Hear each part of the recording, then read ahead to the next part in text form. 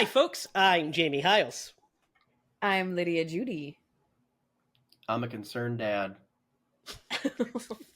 That's creepy, kind of. This is Creep Bloody Movies, the podcast where we review a horror movie each week, go over the horror news, and you're on Daddy's list tonight. No, I'm a concerned dad because this kid's about ready to get shanked. Oh, Legitimately. he is. He is. You're concerned, Dad. We're talking for about Damien. Gotcha. Yep. Not Makes just total sense. Well, it's like in Not real for life. my kids. My kids are. That's They're what safe. we're worried about. No birthmarks. Nope. Okay, good. Do you guys Clark have did birthmarks? You have a sleepwalk birthmark, one don't you, Lydia? time. Yeah, definitely. I thought you did. I don't. I have I some think freckles and moles, but I don't have a birthmark. I have one I don't know. on the side of my face right here. Yeah, I thought so. Yep, right there. Me and Val Kilmer, you know. You and Val. You're very Kindred similar. spirits. Yeah.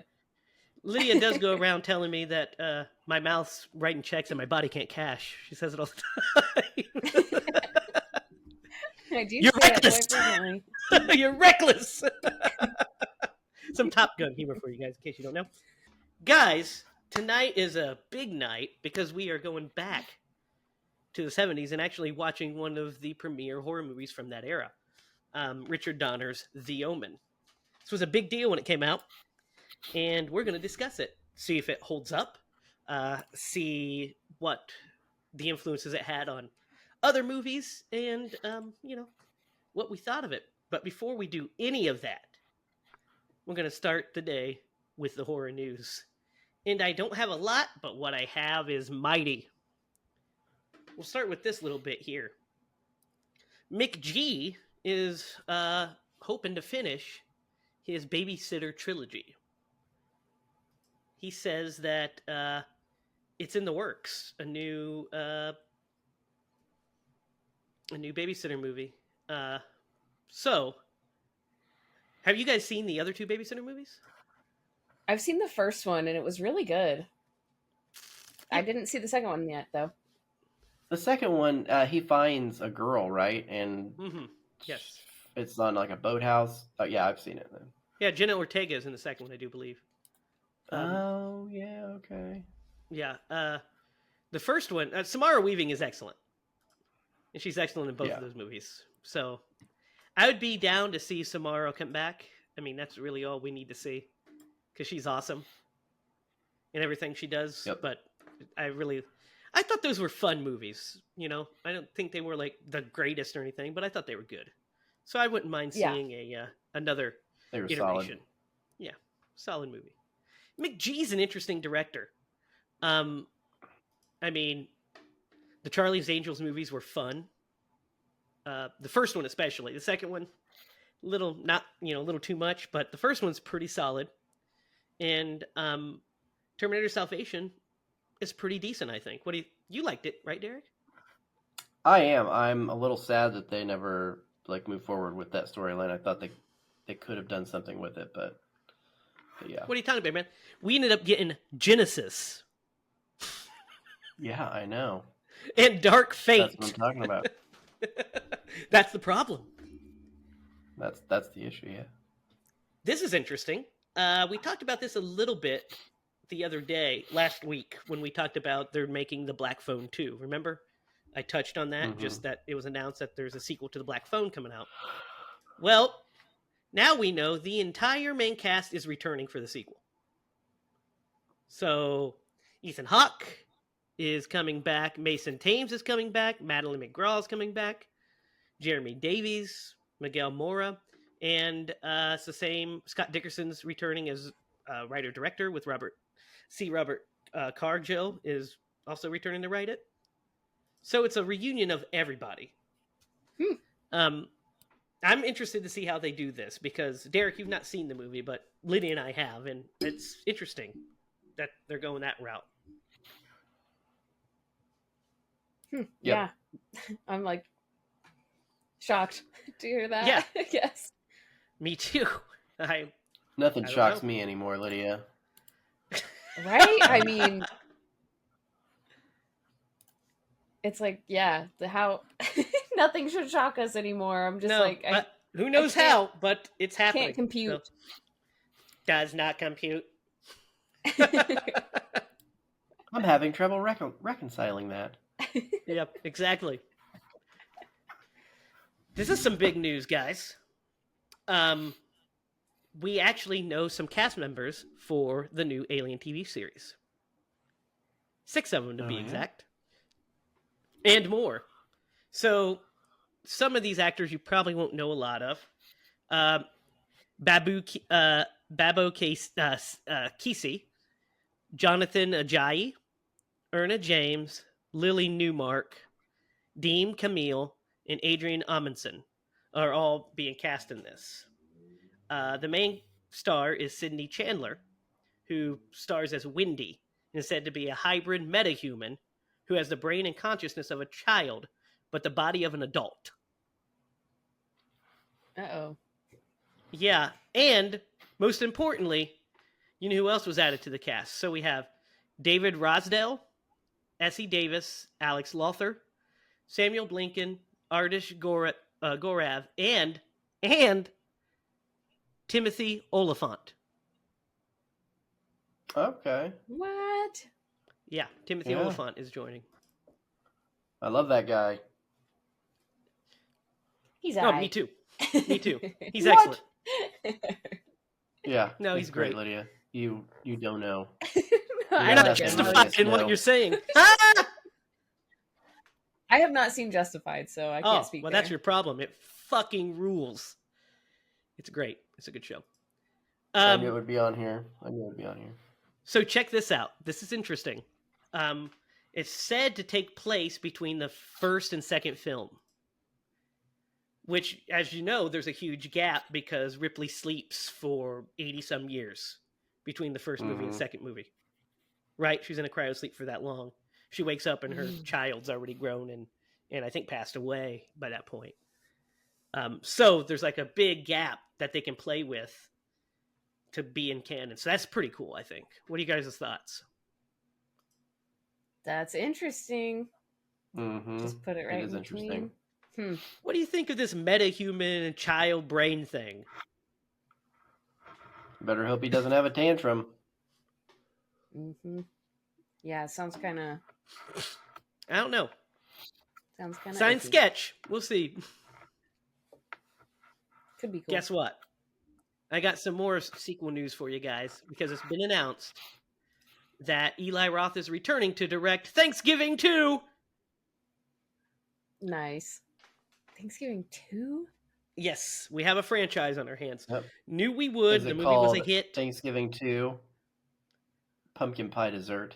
No, what I they're would definitely call it. not calling it that, Derek. For the love of God, they'll probably call it Thanksgiving 2 Seconds, or, Back for Seconds, or Thanksgiving Pumpkin Pie. 2 man. No Leftovers. Thanksgiving 2 Yeah. Turkey Day. What? Definitely Thanksgiving 2 Not Black pumpkin Friday. pie dessert. No. They should call it Thanksgiving 2 Black Friday.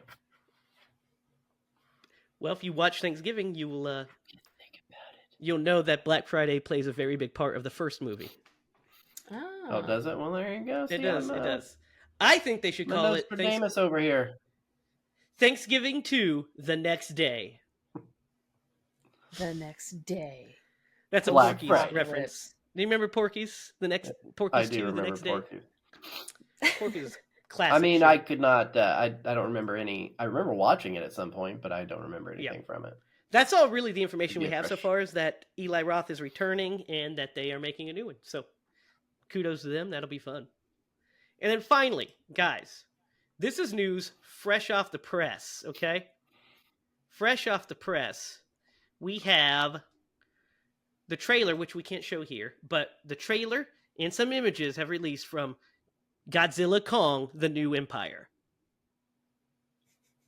You guys want to see some of this Is shit? that a movie or a It's a movie. TV show? It's a movie. Is it in canon with what they're doing with the cinema in the U.S. or other? Yes, it's a places? legendary. It's a sequel to Godzilla vs Kong. So Okay. here is a first look Okay. at the evolution, the evolved Godzilla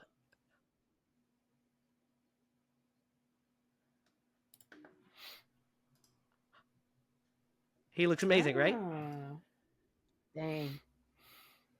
Yeah. There is this great shot from the trailer with Godzilla and Kong teaming up to go whoop some ass. There's this amazing freaking poster. Rise together or fall alone. Dang. Mm-hmm. And that comes out in April of April 12th of next year. What are your guys' thoughts on what I just showed you? I think that'll be a fun one. Yeah. That's what I think about it. It's gonna Oh my slap. gosh. It's definitely gonna slap. Yeah. Um, Those are always fun to see in the theater too. Yeah. Just like as big as possible. exactly. I really, really liked Godzilla vs. Kong.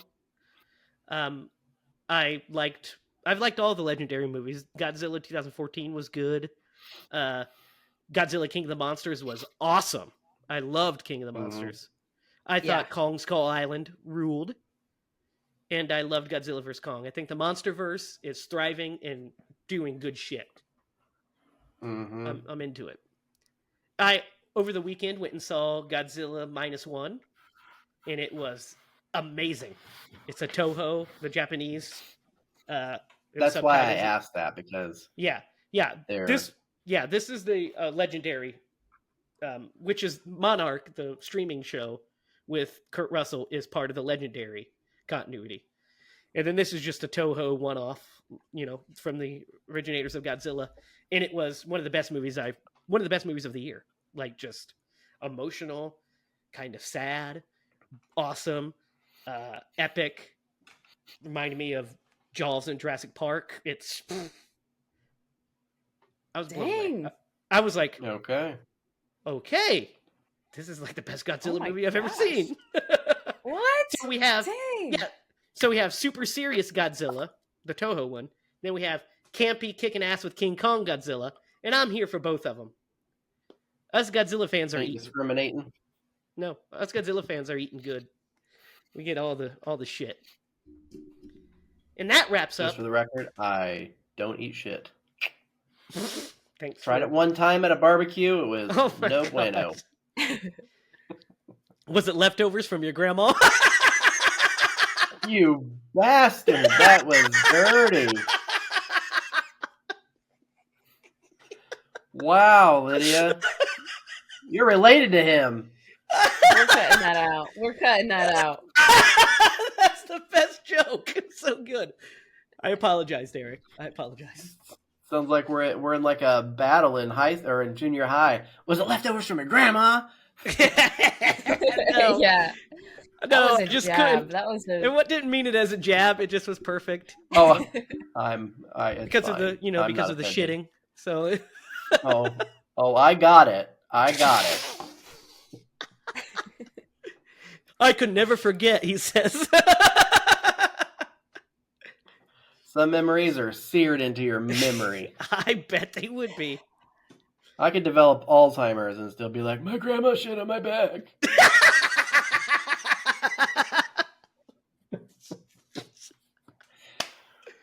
Oh man, this episode's already the See, best. now we've got to keep all this, Lydia. We can't No, let no, any of no. it go. All of it's We're going gonna in. edit all Gotta this go. out. If you guys hear this, just know I had nothing to do with it. Oh, Derek and I I will did take not- credit for it. It's fine. I did not approve this message. Yeah, we will definitely take credit. So, guys, tonight we watched Richard Donner's The Omen, a supernatural thriller from 1976. And I want to know what your guys' experience with The Omen is. Lydia, let's start with you. You picked this, so Yes. what's your experience with The Omen? This was one that I watched probably like middle school, high school, when I got, TV in my room finally and was watching Ooh. horror movies. So, by myself. So I watched this one, and then I remember like the newer one, like the remake being played all the time on TV. So I saw that one Yeah. several times. Yeah, the Liev Schreiber But one. I did see this one. Yes. Yeah. but so I saw that one more often, but I saw this one probably once or twice in passing. Um, and it just always kind of, it was just kind of always there. Kind of just Mhm. the mood of this one is just so different Yeah, than yeah, we'll what I talk was about the used to. mood. Yeah, we'll talk Yeah. about the mood for sure. Derek, is this your first time watching The Omen? It's not the first time watching The Omen. I have a better recollection of the one that came out in 2006 with Julia Stiles, I think, is who was Yeah, the mom. and Which, Liev I mean, Schreiber. Yeah, yeah, and it plays pretty much the way that this one does, from what I can remember. I know I've seen this movie, but I haven't seen this movie in like 25, 30 years. So it was like watching it all over again. yeah. About you, Jamie? Mine's kind of similar to yours a little. I watched this movie when I was way too young to watch it. Like I remember watching this when I was like 10, 9, something like that. And I remember watching the sequel even more. Damien. Mm. I watched that more when I was a preteen because it was on TV a lot.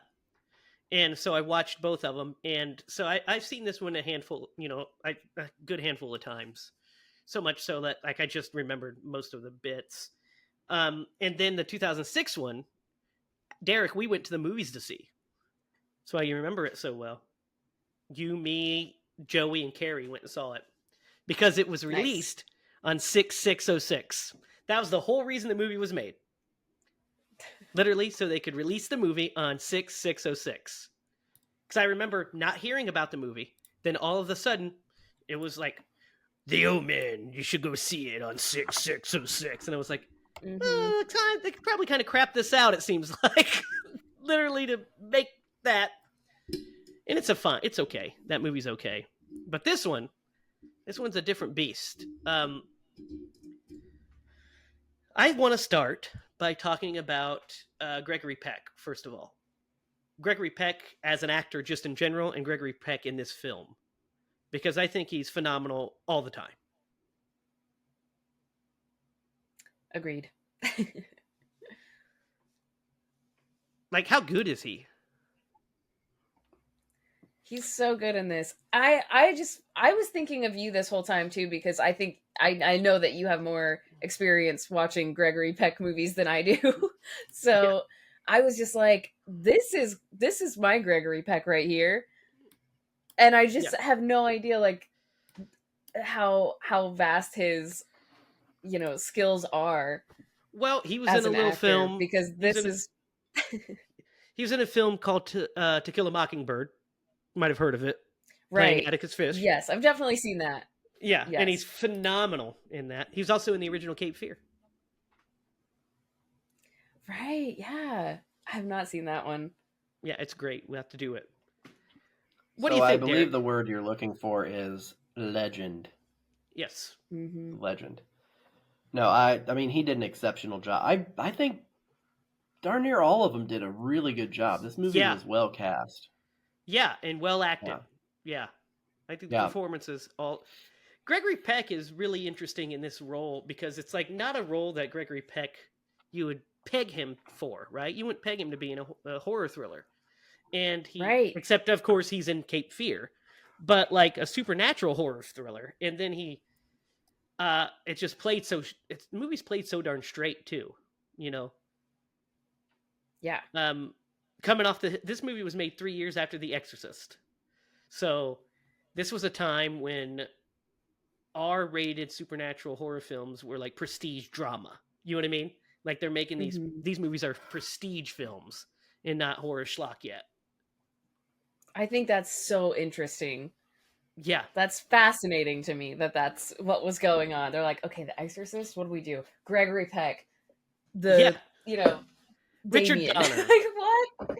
Yeah. You know, if they had any like foresight, and it also, I don't know what studio produced this movie specifically, or I do believe The Exorcist, but it would have been really cool if they would have like intertwined them in some way. That would have been like... Oh, I'm sorry. It's 20th Century Fox actually made this. Yeah. 20th Century Fox. Because there was a point where they go to talk to like that one guy who tells them how to like take him out. Mm-hmm.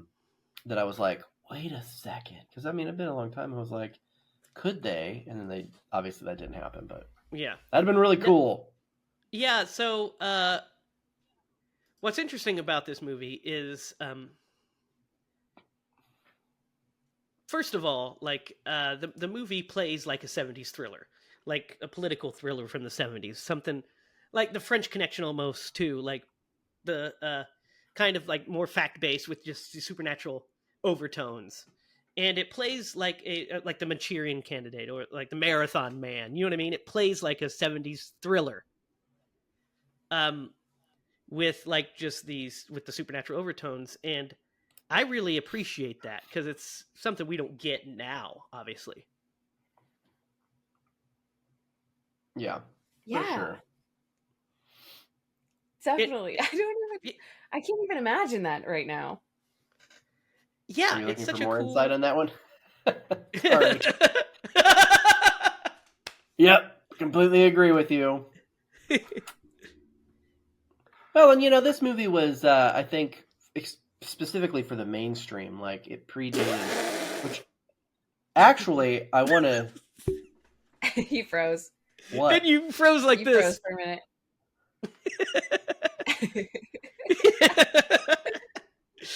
All right. Anyway, What were you saying? I was gonna say, so like this movie predated the gore horror, right? But there was a scene in here where there's a Yes. decapitation. Yeah. I can Yeah. only imagine, and I'm not a historian on film, that like that had to be like a moment where that happened. For 'Cause that American was film, for pretty sure. cool. Yeah, for American film. I mean, you have to think Yeah. the Hills Have Eyes came out before this movie, and that movie's fucking brutal. Like, and Dang. also Last House on the Left came out before this movie. Both were like Mm-hmm. really brutal movies.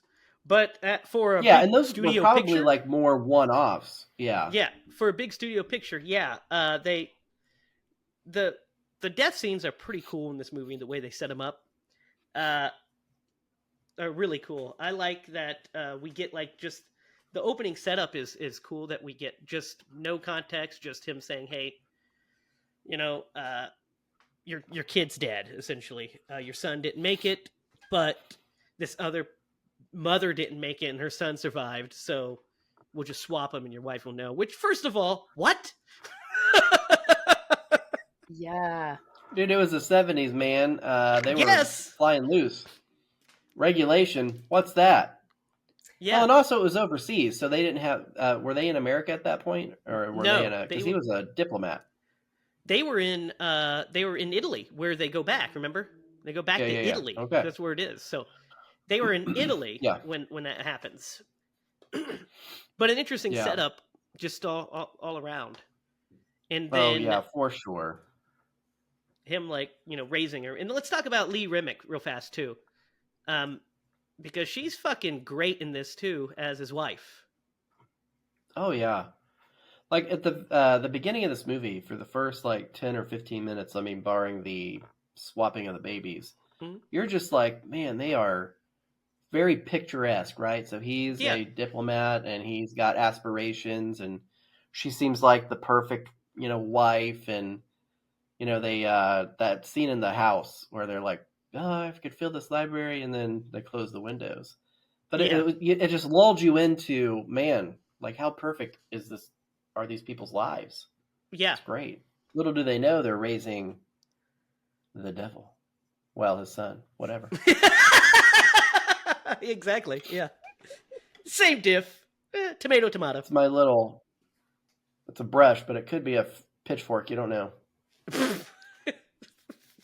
Interesting.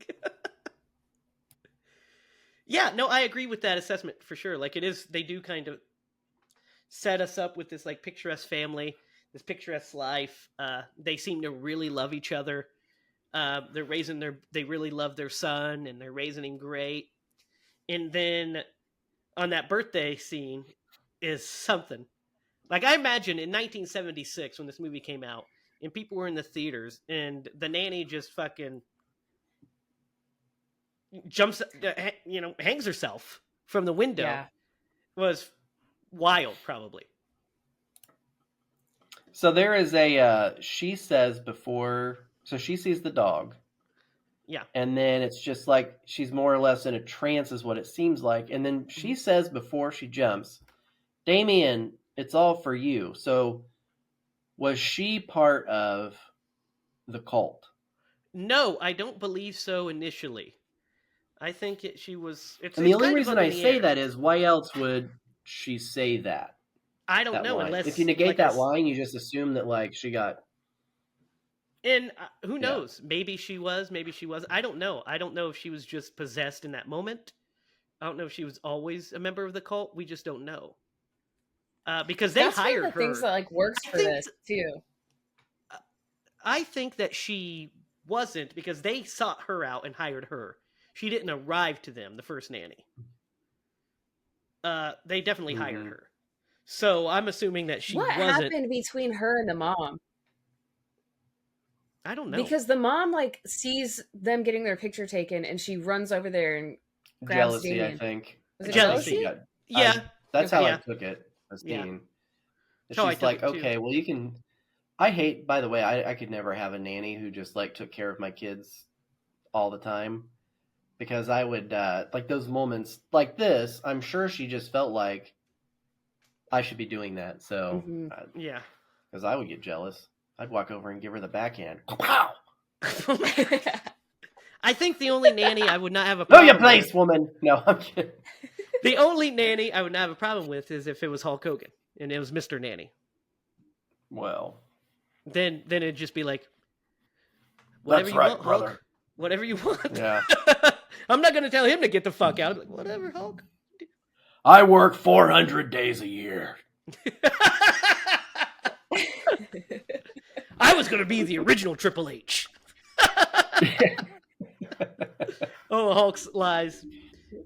He probably said, I was the original nanny in the Omen. I was originally cast, brother. But then they thought that they couldn't believe that the devil could beat Hulk Hogan. Yep. Okay. Sounds good. So yeah, I think like, that's I don't know a what good you guys one. are talking about. What do you guys think of the actor that plays Damien? I think he does a good job for the movie. I think he does fantastic. Yeah, I mean, I don't. So they didn't give him a lot to do, especially early Right. on in the film. Like he hardly has any dialogue. Mhm. And there's specific scenes where he does. I felt like, and I don't know if it was just a byproduct of the way that they like structured the movie, or if it was a byproduct of what the actor could do, or he's little, but I think he played his role very well. Yeah, what I like about it is how. So here's kind of the genius of this movie, right? Is the movie's kind of pulling you in two different directions for the longest time. Are you in the conspiracy? Is the conspiracy real? Is it happening? Is Damien the Antichrist? Or is this just a series of incidents and he's just an innocent boy, Because he acts like an innocent boy through a good chunk of it. He never actually does anything outright malicious until the tricycle scene.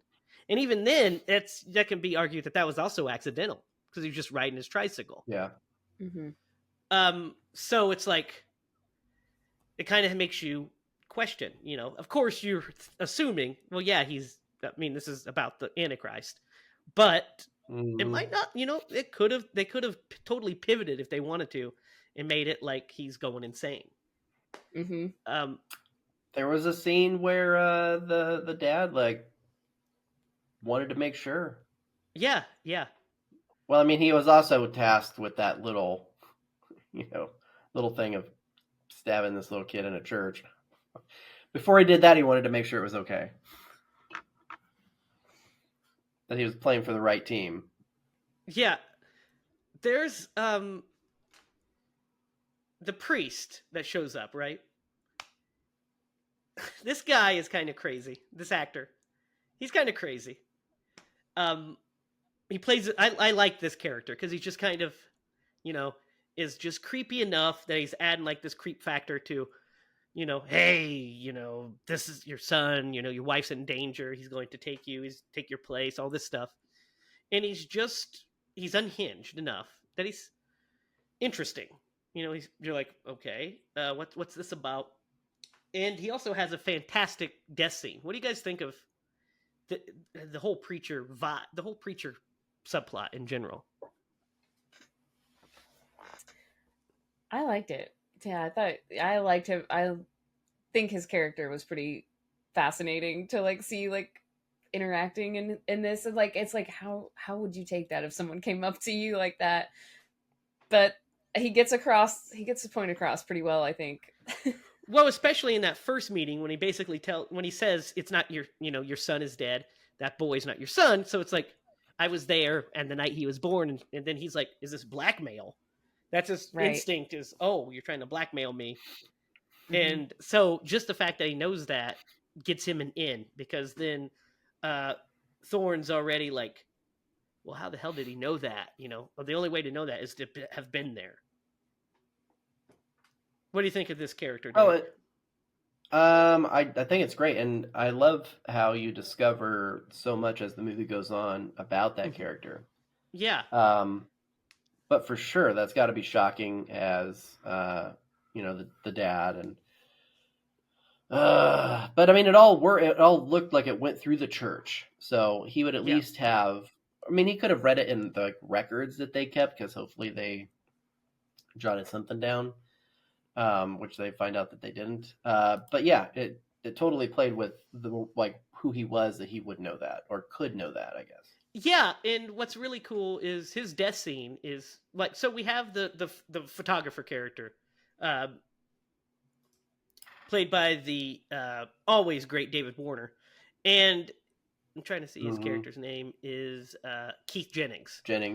Yeah, so the photographer character Jennings is throughout the movie, just sprinkled in. He's taking pictures of at the birthday party, so he snapped a picture of her before she hung herself, after she jumped out of the window, and then we get he took a picture of the priest, and he keeps seeing the pole in him, and so when that scene happens, it's like that big aha moment, right? When the priest's death occurs, it's pretty cool. Yeah, this is one of those things where I was like, because I had seen the movie, so obviously I knew it was coming. That I was like, I wish I could unsee this movie and watch it again for the first time right now, because that would have been so shocking and so cool. I would have been so scared. Like, this movie is pretty scary when it comes down to it, The thought of it, yeah, for sure. What'd you think, Derek? Yeah, I mean, in general, I think that that character of Jennings has a great subplot. He's kind of the sleuth. He's the one that is putting all the pieces together, and he connects the dots between the nanny and then the priest, and then later on himself. Yeah. So I love his little role in this, and he also becomes the partner to Robert. Yeah, he becomes his sidekick. Discovery. Yeah. Yeah, and kind of takes it from there. The only thing I really am going to knock him for, and it's not really his fault, his hair was terrible in this movie. It was such 70s hair, you're right. Product of the times, man. Product of the times. But can't knock him for it. How does Gregory Peck look so stylish no matter what decade it was? Because he looks amazing in this movie. I mean, whatever. I mean, yeah, he's super born with it. He's a super handsome guy anyway, but he's just, his style, he's just cool anyway. You're like, damn it. I'd follow that guy. He's cool. Yeah, so let's talk about his demise. Let's talk about Jennings' demise, because that's the scene that sticks out in this movie with people that, have seen it. I mean, this is the big moment. What do you guys think of the execution of his decap? Awesome. Bam. Yeah, it's A+. It's a great bit. Every bit about it. The tension is great. The way he's picking up the knives after Robert throws them, because he's not going to kill this child. He just can't do it. And then he's over there picking up the knives, and we just see the guy get out of the truck, and just the brake doesn't catch, so it starts rolling downhill. And we already saw the picture, so we knew something was going to happen. But the decapitation is super surprising, I would imagine, if you've not seen this. It It's is. a super surprising moment. Yeah, it's also super specific, right? And so when that happened, the first thing I thought of was everybody's exactly where they're supposed to be for this movie to play out in the way that Damien wins. You know what I mean? Because you're at this point, you're either at this is the catalyst for the third act, but and that picture was taken, way back when, and so you're like, this is fate. This is where they're headed. That's how it happened. Yep. Right. That's kind of the thing that's hard to fathom about the rules of this horror movie. It's if it's all fate, then what are we supposed to take away from this? It is, but it Yeah. isn't, depending upon what choices are made. Like what, you have that path. What choice do you take? And if you take this path, then that's where it leads you to your fate. And by like when he has that pity that the guy tells him, like, get rid of all the pity you have for him, and he goes out and immediately pities him and was like, I can't, he's an innocent boy, like, it's not his fault, and immediately sets that into action of his friend getting his head cut off. Which, by the way, is 100%, which is 100% the correct response if somebody tells you to stab a child. Right. I mean, that's the normal. Yeah, I mean, I guess psychopath response. Yeah. Yeah, if your first notion is, well, bitch gotta die, that's probably not the correct. Case, you're not on the right path. Yeah. You're kind of screaming at him at the same time because you're like, look at all you've seen all of these things. It's all been laid out for you right in front of your face. Like, you should absolutely do it. But it's still a little boy that he raised. Like, yeah, it's his son. And to this point, oh, for sure it is. I mean, he's really the only one who knows that it's not. The mom doesn't. Right. Yeah. But look what happened to she mom. never finds out, really. She never finds out. Yeah, either. She doesn't figure that out. Goodness, he also misjudges. Oh, go ahead, Lydia. Sorry. No, like, thank goodness she never found out, because how mentally fucked up would that be? Yeah. Yeah, that would be really devastating. I don't know. Well, she did. She told her therapist that she does. She has her suspicions. Didn't think it was hers. Yeah, she has her suspicions, but she doesn't know. A whole other crazy thing. Yeah. What were you going to say, Derek? Something in her was just like, something's wrong. I was going to say that, I mean, at this point, Robert is under the wrong impression. I mean, and so are we as the audience. Like, we've been told that, he'll get to the point where everything is going to be left to Damien to take over the role that Robert, like, leaves him. So he's misjudged his place in this, like, equation, if you will. It hasn't really been revealed until the very end, but we're all misled as to where we think this is going to go, because there's a point where you think that like, these other people are going to kind of fall off the board, and then it's going to be Robert, and Robert's going to have to raise him. But I mean, does that make sense?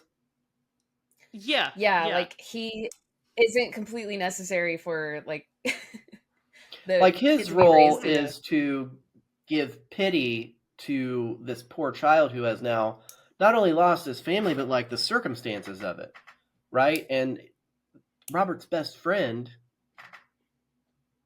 is who he is, and we'll get to that reveal, I guess, here in a couple minutes. But, like, the whole point was to position him in the best possible way, and what best possible way power, as right?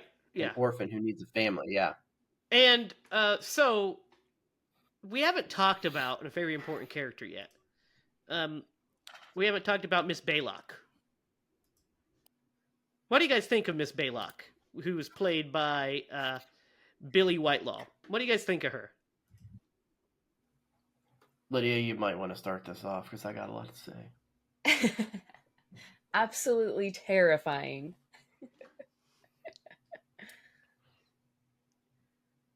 There you go, Derek. Your turn. What is yours? First off, the creeps, man. She gives you the creeps. She's got those eyes, you know what I'm saying? Where you're just like, I can't trust you because you've got those weird dark eyes and you look like you're crazy. So that's number one. Second, she just, like, shows up. Like, I found you guys. And then the dog incident, man. The first time that like because when he walks in and that dog is still in the house, I'd have been like, pack your bags. Yeah. Well, Yeah, yeah, she's a whole new level of crazy. That's the. I mean, she's Scary. great. The actress is great, and the character She is great. And it's scary. Oh yeah, I forgot to mention that. She's awesome. But I'm with you, Derek. I was thinking that while I was watching, and I was like, 100% she would have been gone the first day. As soon as she showed up, and I'm like, we didn't hire you. You need to go. And when she's like, well, the agency sent me, I was like, well, we'll check that. Why don't you leave my fucking house? You know, there's just no way. No way. Like, bye. Mm-hmm. And she's like, can I see your child? Can I see your child? No, you can't. Yeah, creep. You can't do it. And then the dog incident would be 100% where I'd be like, what? It's a no for me. I love dogs more than anybody. And I would 100% have made friends with that good boy. But that's not the point. The point is, you just can't bring dogs into my house, man. What are you doing with your life? Well, and even all right. Yeah, and even that, like, because at first she like pushes back. She's like, "Oh, you know, Damien's taken to the dog," and blah blah blah. But the point where he walks into the room later on, and the dog is in the room, with him, and she's like, "Oh, he's gone." I'd have been like, "No, I mean, I told you, lady." More importantly, get out my house. If I were if I were Catherine, right? And when she's trying to get her not to go to the church, and she's like, well, I think he'd rather do this, I'd say, bitch, get my fucking kid dressed and then pack your bags because you're fucking out of this house. You're not going to tell me what my kid can and cannot do. What are you talking about? Like, that's another level of insanity. I was like, these fucking the rich live a different life than me. Because I'd be like, yeah, well, not only that, shit. Is that what you're telling me? Not only that, but they're so polite. You know, they're so formal and nice and kind people that are polite. And sometimes you really have to be careful when you're a polite person because and that's why they do it because take advantage. And that's why they give them to somebody like the Thorns. Because if Damien would have been born in my family, he would just be playing Nintendo. Because I would be like, can't afford any fucking nannies. And what are you're stepping up and get the fuck out of here. It's like, you were born to be the Antichrist, but you seem to be enjoying video games. Yeah. Okay. Well, I guess we lost this round. Here's a Rottweiler. As always, next century. We'll find another Antichrist because this one likes to eat Cheetos. So there was no relevance to the year, right? Because the only relevance that they made to like 666 was he was born on the 6th day of the 6th month at 6 a.m., which I thought was a little light in the plot department. But the Omen, the new one, was released on 6/6/06, and that was a plot point because it's a real date.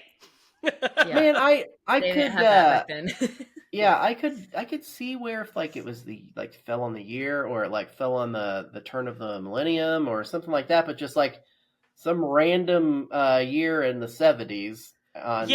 Well, 76 really. It's supposed to be 76. I know, but they purposely don't name the year, so it's not the date the film really, because they just say, oh, here it is, January or June 6th, 5 years ago. You're like, oh, okay. Yeah. That way they keep it vague, I did notice that. Yeah, which is a lot of fun. The ending to this guy. Let's break down the ending to this thing. So we have a lot going on. What do you guys think of the fight with Mrs. Baylock? This drag out fight that he has. I think I could have taken her. I don't know, Lydia. She's got a lot of spunk. I think he should have probably just taken her. He could have taken her too, but he was like just like pushing her around and stuff. I mean, he should have just like elbow dropped her ass. Yeah. I was thinking that. I was like, why are you kicking her? Picture her murdering your wife. Yeah, why don't you kick her in the face? You know what I mean? Like, we got to talk about that shot too. Her falling out of the Catherine being pushed from the window and falling out. It's a fucking fantastic shot. Her falling It through is a the great shot. ambulance is a great shot, especially when she Yeah. hits and the door Yeah. swings open. The doors pop open. Yeah, good That's shit. pretty sick. But probably what he it seemed should like have she done. was always falling in this movie. Because she fell from the second story. She What are you trying to fell say, from- Derek? Yeah. I don't know. Some people. What'd you bad try with to say? stairs. What'd you say? We missed all of it. You froze. You said some. Oh, did I? You know what they say? That's what we saw. No, I I mean heard she. it. I heard I The it. only thing she, I What'd you mean, say? she fell a lot in this movie because she fell hanging pots, and then she fell Yes. from the. You know, if I were her, I'd have just stayed on the first floor. Yeah. Like I'm on the But, first you know. floor, guys. No. What doesn't Heights are make not my sense? thing. What really doesn't make sense is that she is how Miss Baylock gets in there. To be honest, that doesn't really. That's like kind of a small plot hole. Like it's nighttime. It's not visitors' hours. Like you're just letting this woman just walk into this woman's. You know what I mean? Don't know about that, Mhm. but She was kind of giving me like supernatural vibes. Like I think she could probably just like appear places. well, I don't know about. I don't think that. I don't think she can do that because she gets I think fucked she's up a by Robert. straight up demon. I think no, she gets fucked up by Robert pretty good. So I don't think that's the case. What Robert should have done is when he goes in there to check Damien and she's sleeping in the bed, he should have just stabbed her in the fucking throat with one of those knives immediately. Well, I mean, at this point, I don't think he knew that she was part of the Well, he does. like the Yes, whole he does. equation. I don't. He does because he asked the priest about her, and he says Yeah. that she will protect him. Oh, She'll never let that happen. She'd die before long as she's anything alive. happened to him. No, you're right. Yeah, Mhm. so he knows. Yeah, I'd have capped her. I'd have Yeah. brought a gun. And he was Well, just like, saved "I'll just lives. close the door." That'll She'll work. never be able to defeat this. It's not locked or anything, just shut. Ha Yeah. Yeah. I'll hear her coming. I'll have plenty of time to react. So he ends up pretty much killing her or taking her out, and he and Damien Nice. fall down the Stabs stairs. her in the neck. He kills her, stabs her in the neck, both necks, Both necks. both sides of her neck, and she they fall down the stairs, and Damien's like unconscious. And here's what gets me: if he wouldn't have been speeding, if he would have just, I don't know, drove the speed limit because Damien's unconscious, he would have ended it. Yeah, if But- he wouldn't have been chased. Yeah, so he speeds, which gets Right. the police there, which follows him into the church because he has to do it on hallowed ground, which is somewhat confusing to me. Because why would he need a protector then? If I guess he could physically die, but they need to kill his supernatural soul too, right? I mean, that's the point of the daggers, I guess. Right. Because he Yeah, says because this. she was that. Yeah. The priest says something Sorry, along go the ahead. lines of, this one kills his physical form, and this kills his spiritual form. So I guess you needed the knives to kill his spiritual form, so the Antichrist doesn't come back in somebody else, maybe? Hmm. Because it seems like Damien himself can just be killed. The host of Damien can probably be Mhm. killed, I'm guessing. Right? You know, they did. There was a line in there that he's never been sick. He's never had a cold. He's never had the measles. Yeah. So yeah, Which is due to interesting. the protection, I'm assuming, the supernatural protection of him. Well, Mhm. What they say is not human. yeah, and like, He was born of the jackal. this is not a human child, they say. And which is also weird that he's born from a jackal. That's, I don't know. But what do you guys think of this ending? Because after Robert is shot by the police and we're at the funeral, we realize that Damien has been adopted, or so it seems at least. He's being looked after Taken by the in. end of this movie by the President of the United States. And turns to the camera and smile. What do you guys think of this whole third act? Fate.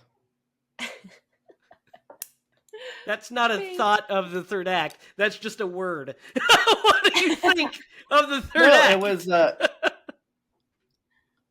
It was Like, from a film perspective, what do you think of it?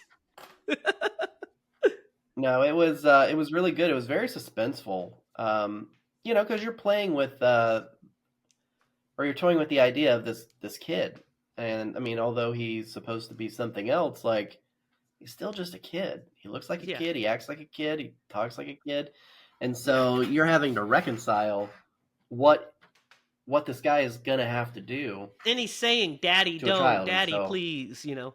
I know, man. That And he hesitates. Yeah. I'd been like, let's get baptized. Then he might kill you if you say that. But yeah, it's very intense. It definitely provokes a lot of feelings, especially as a parent, and like your natural instinct to protect. Mm. And Yeah. so, yeah, I don't know. I think I'd try to usher in the apocalypse if I were the dad. I don't know if I could do it. What do you think, Lydia, Yeah. of his third act? Yeah, I think it's awesome. I think it's so suspenseful and like frustrating at the same time because you're just like, no, you're like kind of screaming. Just I don't know. The whole like I feel like the movie starts pretty slow and just gets like more and Yes. more intense. So you're just like by the end of it, you're just in it. I love it. I think it's great. Yeah. I think some of the shots too are like awesome shots of this, like the him running in the church doors and everything like that. I was going to talk about that next. I also like this third act. I think it's really good. The movie itself is really suspenseful. And it's a good cliffhanger ending because, it's like, here is, evil wins. Or does it? Was this still all conspiracy? It kind of leaves some answers dangling. Like, so if you want to believe that what occurs, because it's by the sequels, it's obvious what's going on, but it's like, was this all part of the plan? Was he actually the Antichrist, or was this just the ravings of a, a distraught father at this point, and they're looking too deep into this conspiracy? So it's a powerful ending because it's such a like kind of gotcha ending, because the way he turns and smiles at the camera, slowly smiles at the camera, like, oh, it's all good. After the reveal of the president is a great bit. It's one of the all-time great horror endings. Because it just leaves you with hopelessness. Yeah. And you're like, oh, man. Oh, yeah, I definitely walked away with, well, he won. Yep. And, but I want to talk about, you talked about a little bit of the shots, and Donner's direction is great in this movie. Because the movie is tight, suspenseful. Like you said, it's a slow burn at first, but then once it starts going, it's pretty taut. And the performances are great. But I also want to talk about the cinematography by Gilbert Taylor, because this movie looks fantastic. Has that 70s film look. And I love that. It's just gorgeous. The lighting of it's gorgeous. I think it's really well shot. What do you guys think? Mm-hmm. Yeah, one of my favorite shots was of when he finds out that his wife died, and he just lays on the bed, and his arm is stabbed, and so there's like, you see the blood on him, and he's just laying there, and it's just kind of motionless, and then like his friend walks in the door, and he's just out of focus, and I was just like, gosh, this is a beautiful shot. Like, it's so it's a great simple. Composition. I like that. Just the light was hitting him just right too, like.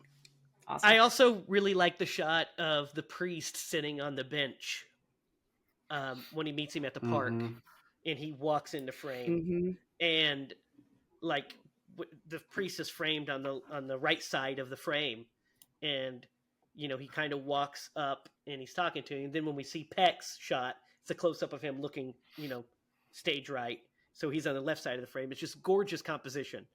I was like, and then when he walks away, we just see him out of focus walking away, and we hold on that priest. And I'm like, it's a fucking great composition there, guys. Good work.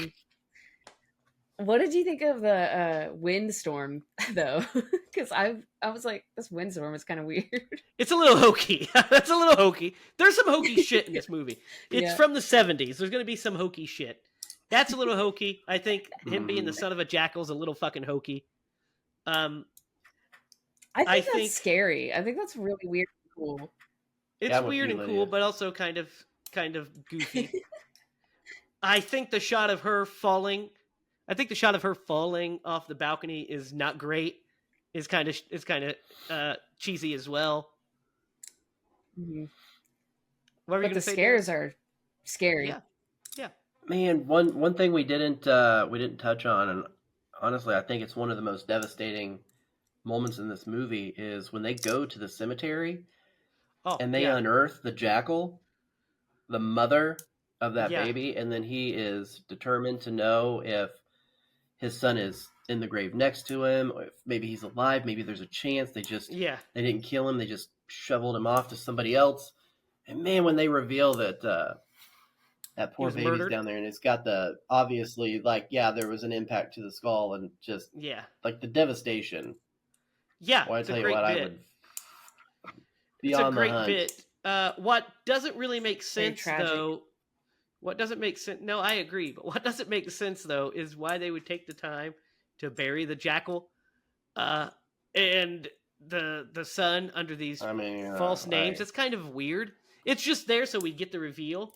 But if you stop and think about it logically, you're like, what? Why would they fucking do that? Why would they do that? Because we also didn't touch Just for upon the ritual of it. we also didn't touch upon the priest that gives him the baby that is like in the fire, because that guy's makeup is fucking terrible. That's one part of this movie Oh, that is not good.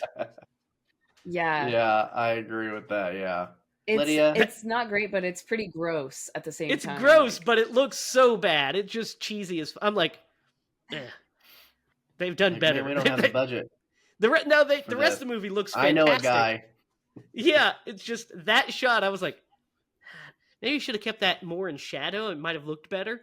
But it looks Yeah. fucking so hokey and awful. Like it totally looks like- like just a Halloween mask on half his face. that's just like the fault of the 70s. They're like, film everything in daylight, please. Everything's so bright all the time. Dang, what was I gonna say about that scene? Oh, the bells. I really loved the bells. Mm. Like Yeah. the music. We gotta The talk music about in the this is music good. of The this music is because great. It's insane. The music is great. It is Jerry Goldsmith. It's one of the like all-time classics. One of the all-time classic scores. It's a great score. Yeah, I mean, and the movie was written by we didn't mention this, but the movie's written by David Seltzer, and I believe he. I remember watching like a documentary on this movie, and it was very interesting when they were talking about like him, like he made up a lot of the shit that's in like supposedly in like the whole poem and stuff about the Antichrist. He made that shit up whole cloth because it's not in the Bible. But he's like, I got to tell this Dang. fucking story about the Antichrist. So here, yeah, let's talk about this. Yeah, dude, that's what's crazy about this movie too, because like in my head, this comes across as historical. No, Lydia, you're not alone. Like there's between this and The Exorcist, the misnomers of like what the perception of hell and the Antichrist, like it had a big impact on the pop culture and people in general. Yeah. Like Yeah. even if you don't accept this as a movie, like you interpret that as, man, they must have got that. They It must have must have from come the out Bible. straight out of the Bible. Yeah. Yeah. Yeah, and they're just bringing the truth to light. But yeah, no, Well, 100%. Either way, they're quoting fiction. Right. Agreed. Yeah. This movie, guys, was a huge hit. One of the biggest hits of 1976. The budget for this guy was $2.8 million. And it grossed $60.9 million. So Did you do the conversion? I did not do that yet. Go ahead and do it. $60.9 million. But that is a fucking multiplier if I've ever heard of one. I But was like, yeah, I totally knew that. yeah, it was one of the highest grossing films of 76. Let's actually see where it ranked. It was the sixth highest grossing movie in the domestic box office of 76. The number one, guess what the number one movie was in 76? What? Rocky. Rocky. Oh, of course. Rocky made $55 Rocky. million just in the U.S. Whew. Dang. Number 2 was A Star Is Born. Number 3 was King Kong. Number 4 was Silver Streak. 5, All the President's Men. 6 was The Omen. And then number 7, Wow. The Bad News Bears. Okay. I didn't want you to hear my typing as I was typing. Oh. That's why I did that. All right. So 60.9 million in 1976 would be about $270,000 today. What, million? You mean? Yeah, 270 million. Sorry. Yeah, Yep. yeah. Which is that's a huge hit. Yeah. 440 percent increase. Yeah. But anyway, this movie is what got Richard Donner the job for Superman. The success of this movie. They're like, well, you turned this movie into a fucking huge hit, so I think we can trust you to make Superman. The budget for that movie would have been about $9 million today. Mm-hmm. So still nothing. Yeah. Oh yeah, still. Dang. So yeah, and that is The Omen, guys. What are you guys' thoughts? Who wants to go first? I'll go first. Okay. I will give it a crack. Pun intended. I hate it here. Was that you guys actually tell your I've been fingers working? cracking? Yeah, that was my fingers cracking. Could you guys tell I've been working on my material? All right. He was working on that all last night. Just, what should I do? I'll crack my fingers. And I'll say, What did I come let's up get with that? cracking. Yeah. Got it. Perfect. All right, so this movie, like I said, it's kind of like a first watch for me, because it's been so long. But man, the acting was solid. The acting was really solid. I thought the storyline was fine. It was really good. There were some really good effects.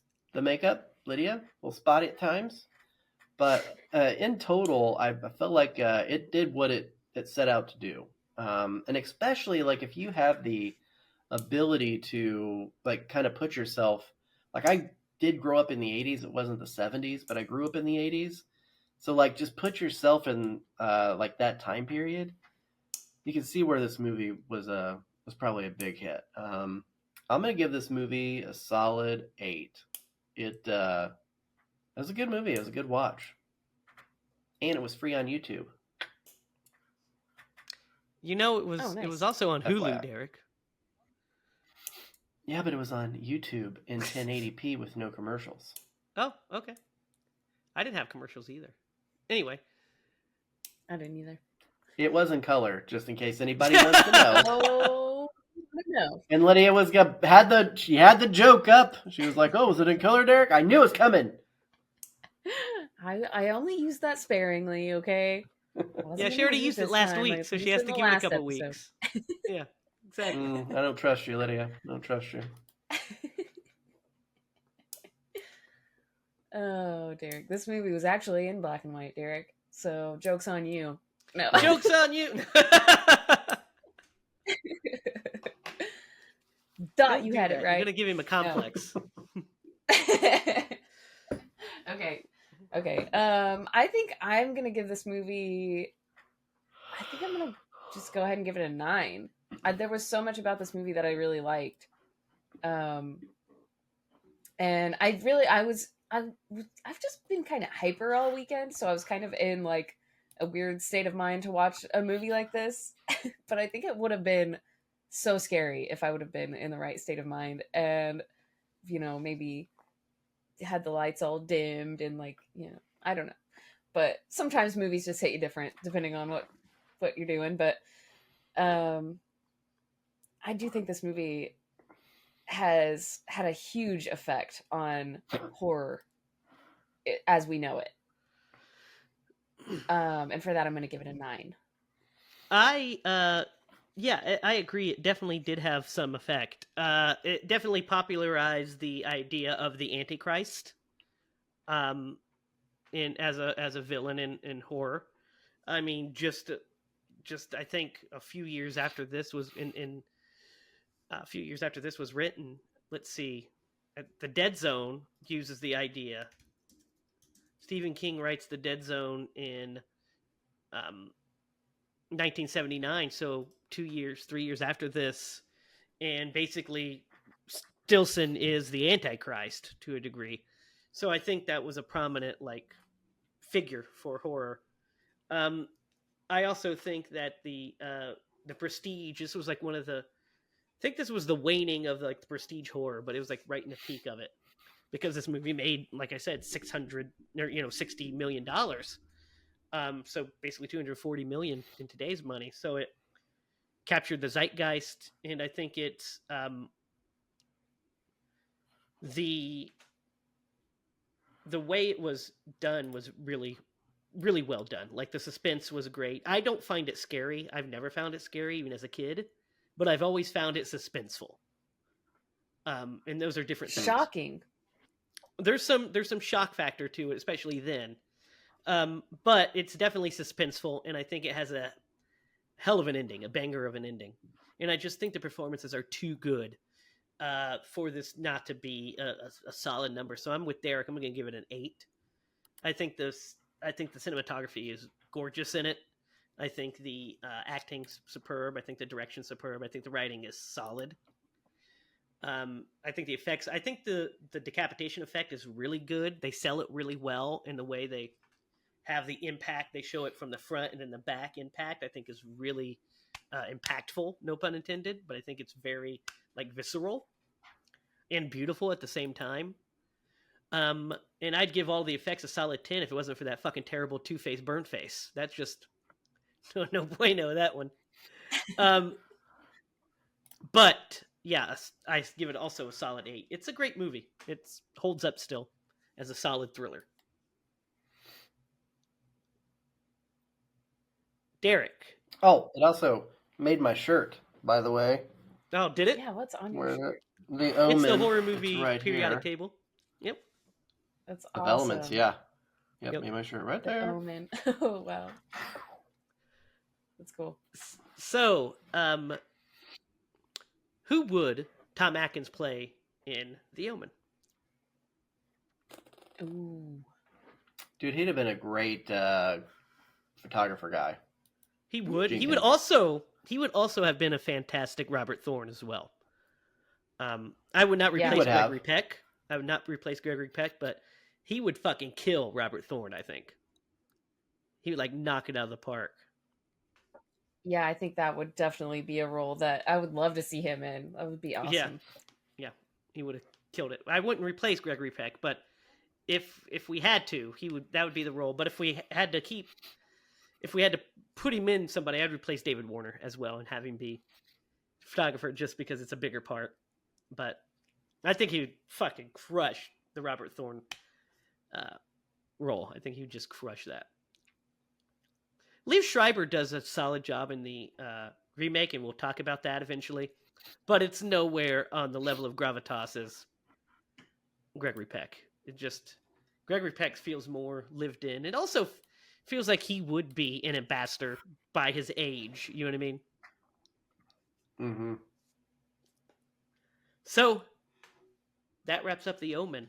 Derek, it's your turn to pick. What are we watching? I did think about this. Let's see what we got here. We could go with Jack Frost. That would fit the That would fit the time. Let's see. We could go with Ginger Dead Man because that fits too. No. Because the season. We could go. You know what? But I think I know where we're gonna go. Where? We're gonna watch. It's not Christmas related, but it's a very underrated horror movie in my opinion. We are gonna watch Odd Thomas. You're all about Oh. fucking Odd Thomas. This is. Well, I tried to pivot to it a couple of weeks ago, and it didn't work out because it didn't fit the theme we were going for. But it's open season, and we're gonna get a little bit dangerous and a little bit odd. Okay, I I guess we'll actually watch read Odd the Odd Thomas. Huh? I read Odd Thomas. Have you watched Oh, the movie? I didn't know it was a book. The book was Yeah, great. Yes, it's a I whole watched the series movie of also. books. It's a whole series of books. By Man, Dean I Koontz, would I have believe, loved right? for them to have Yep. franchised that. And now that I know it's a book, maybe I will have to like get into that. But I just, we'll get into it next week. Yeah, but don't give away yeah. anything about it. I'm not. We might as well just not watch it. No. All right. But yeah, I'm. That Where's been a that great streaming, franchise.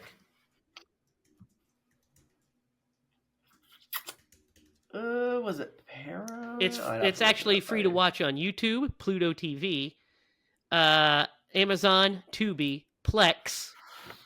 So it's available pretty much everywhere. It looks like. Mm-hmm. So there you go. All of It those. felt places. like an independent movie. It's got a lot of so- really good actors in it. Yep. Well, we'll talk about all of them Yeah. next week. Yep. So, Derek, do you have a story for us tonight? Have I ever told you guys about the Chucky story? My sister. No, I Chucky don't think you shared that on the podcast. Man, you guys are in for it now. So check this out. I was in high school, and you know how high schoolers are just like mean to their siblings. It's like a prerequisite.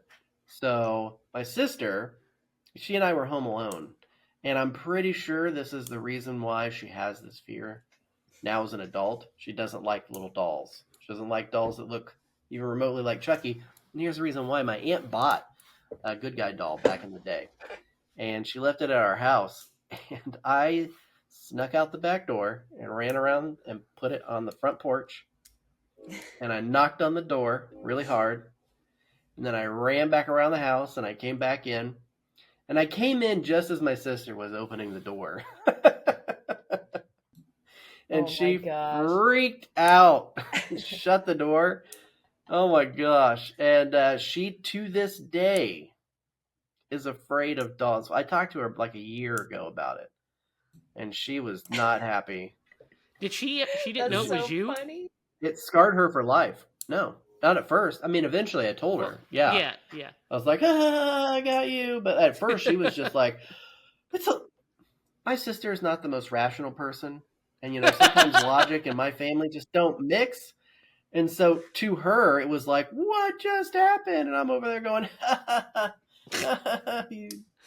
you got it. Since that was a short minute, I'm going to tell you a gag that I could not pull off. But man, if I would have, it would have been so epic. So I've talked about my aunt who like tossed us out the window when we were kids of a moving car, and my brother. Told you to flip your son upside down in a pillowcase. I was gonna say, gave me advice on infants and readjusting their day cycle, night cycle. She was over at my house one day, and I had this remote controlled. It was a ceiling fan, but you turned it on and off with this remote control, right? And I know that she's never seen anything like that.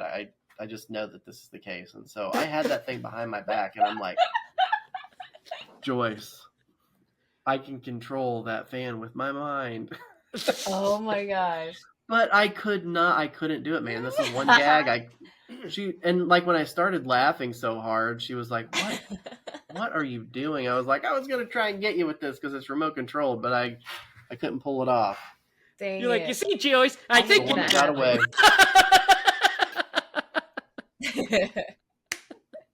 I hate when that happens when you're like trying to prank someone and then you just can't keep a straight face for it. Yeah. Mm-hmm. I'm so bad at like lying that I have such a hard time pranking people.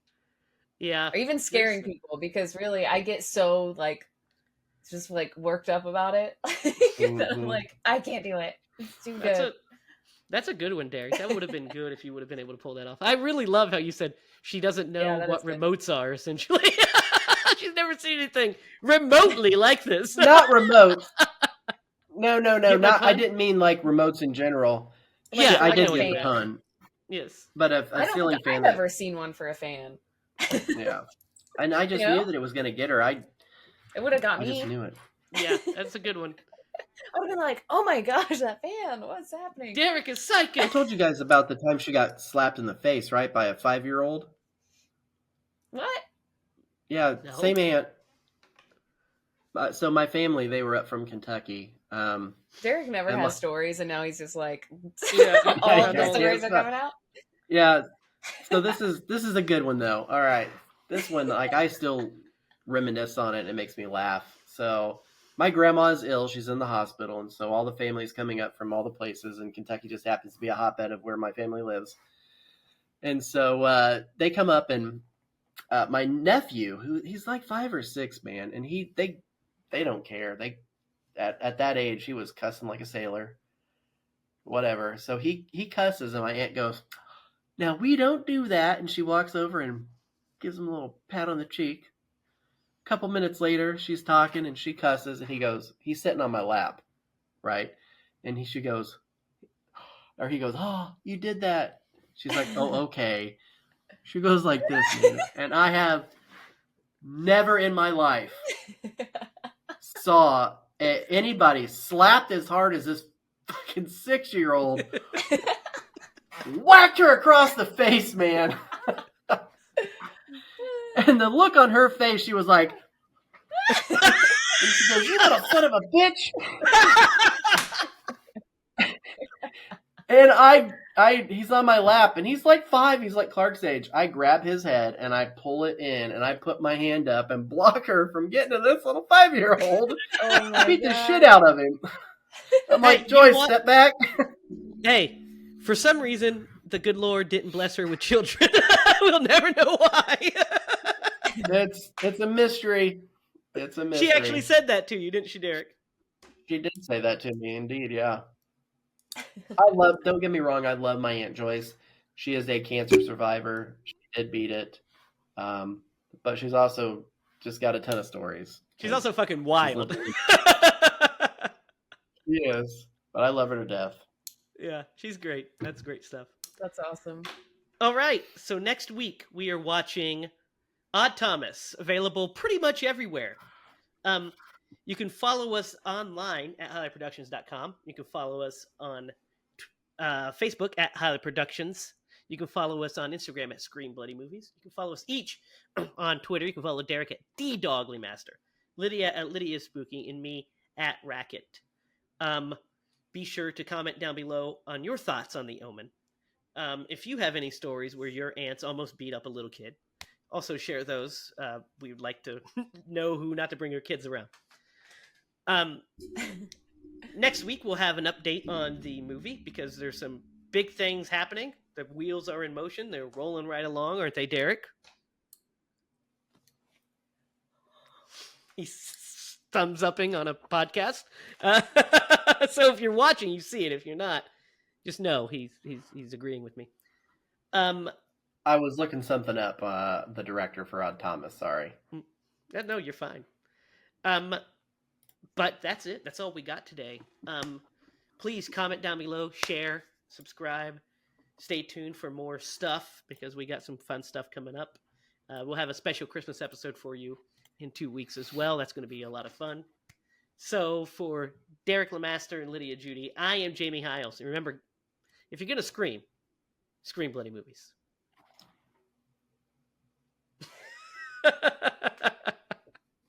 Dang it. Killed it.